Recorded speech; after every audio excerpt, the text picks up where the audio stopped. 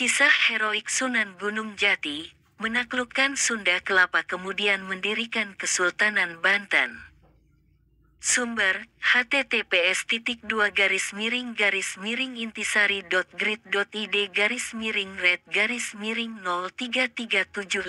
03275832 Afif Hoirul M. Sunan Gunung Jati adalah salah satu dari 9 wali yang menyebarkan agama Islam di Pulau Jawa. Ia lahir dengan nama Syarif Hidayatullah pada tahun 1448 Masehi dari pasangan Syarif Abdullah Umdatuddin dan Nyai Rara Santang, putri dari Prabu Siliwangi, Raja Kerajaan Pajajaran. Sunan Gunung Jati merupakan sosok yang cerdas dan tekun dalam menuntut ilmu. Ia pernah belajar di Makkah, Mesir, Aceh, dan Surabaya. Ia juga berguru pada Sunan Ampel, salah satu wali Songo lainnya. Pada tahun 1470 Masehi, Sunan Gunung Jati tiba di Cirebon dan diminta oleh Sunan Ampel untuk berdakwah dan menyebarkan agama Islam di daerah tersebut. Ia menggantikan Syekh Datuk Kahfi di Gunung Sembung dan mendirikan pesantren. Kemudian juga menikahi Nyai Ratu Pakungwati, putri dari Pangeran Cakrabuana, penguasa Cirebon saat itu. Dengan demikian, ia menjadi Tumenggung Cirebon kedua dengan gelar Maulana Jati. Sunan Gunung Jati tidak hanya berdakwah di Cirebon, tetapi juga di daerah-daerah lain seperti Majalengka, Kuningan, Kawali, Sunda Kelapa, dan Banten. Ia menggunakan metode dakwah yang sesuai dengan budaya dan adat setempat.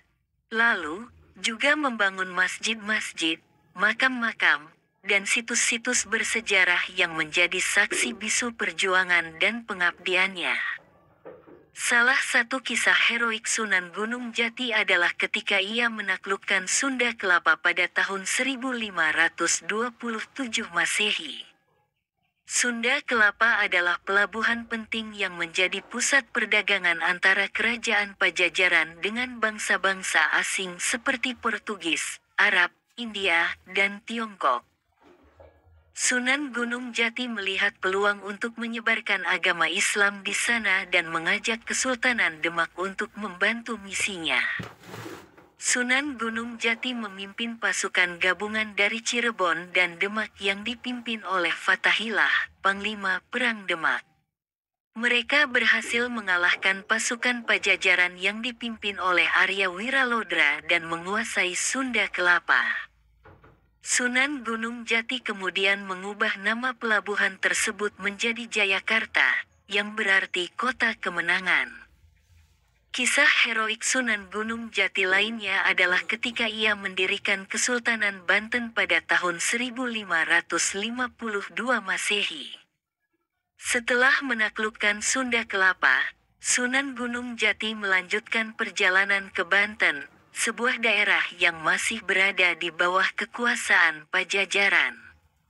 Ia berhasil mengislamkan Raja Banten yang bernama Pangeran Ratu dan menobatkannya sebagai Sultan Maulana Hasanuddin, putra dan penerusnya. Sunan Gunung Jati kemudian membangun ibu kota Kesultanan Banten di Banten Lama dan membangun Masjid Agung Banten sebagai pusat kegiatan keagamaan. Ia juga memperluas wilayah kekuasaannya hingga ke Lampung dan Palembang. Ia menjadikan Kesultanan Banten sebagai salah satu kerajaan Islam terbesar dan terkuat di Nusantara. Sunan Gunung Jati wafat pada tahun 1568 Masehi di usia 120 tahun. Dia dimakamkan di Astana Gunung Sembung, Cirebon. Makamnya menjadi tempat ziarah bagi banyak orang yang menghormati jasanya. Kisah heroik Sunan Gunung Jati, menaklukkan Sunda Kelapa kemudian mendirikan Kesultanan Banten.